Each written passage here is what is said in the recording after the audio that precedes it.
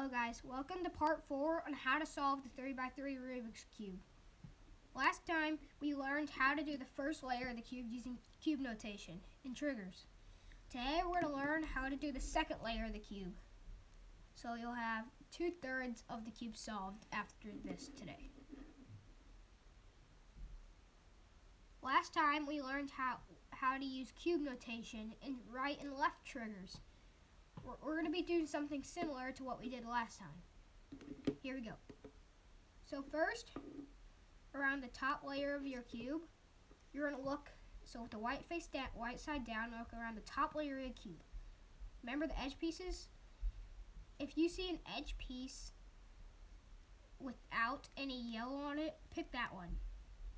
In the color that is not on top, so this red's on top of this one, but green's not on top. So we're going to use green. So we're going to move green around to the green side like this. And since the color on top is red, and the red side is on the left of the green, right here. So that means we're going to turn, if it's on the left, we're going to use our left pointer finger, and to turn the top and to pull it towards you like this. The top will turn, so that's a U prime in cube notation. So do a U prime in cube notation after that, and since the red was on the left, then we're going to do a left trigger after the U prime.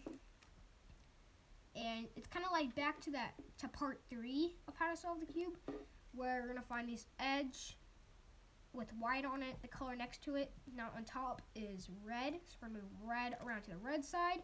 And since the white is on the right side, we're going to do a right trigger to put that in. And now we have to put in our first piece. But if the piece is something like this, so once you map the green, so here's another one. Green and orange. Green is not on top, so I'm going to turn the green around to the green side. But the orange on top of it, the color on top of it is orange, and the orange is to the right side, not the left side like the last one was. If the orange is on the right side, I'm going to do a U, not a U prime, a U, like that. And then I am going, since the orange was on the right side again, I'm going to do a right trigger. And back to that first step, back to part 3 of how to solve the cube, we find these corner pieces with a white on them. So this is one of them, like that. We're going to move the orange color, not the white, and not the color on top, which is so the last one is the orange.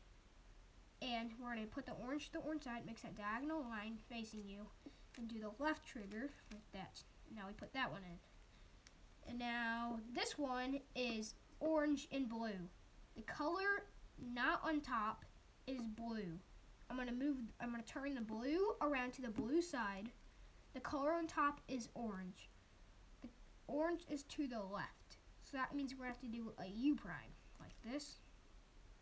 And since the orange was to the left, we have to do a left trigger, like this. And back to part 3, where we have to find white corner pieces like this. And the color next to it, not on top, is orange. And move orange around to the orange side, so it makes that diagonal line, like that. And then we do a right trigger since the white is to the right side of the cube, and while orange facing me, I do the right trigger, and we're done with that part. And now we find one more. This is the last one. It is red and blue. The color not on top is blue, so we move the blue around to the blue side, like that. And then the color on top is red. Red is on the right side, so we have to do a U.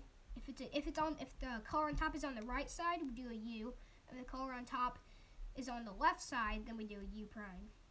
But in this case, it's on the right side, so we do a U.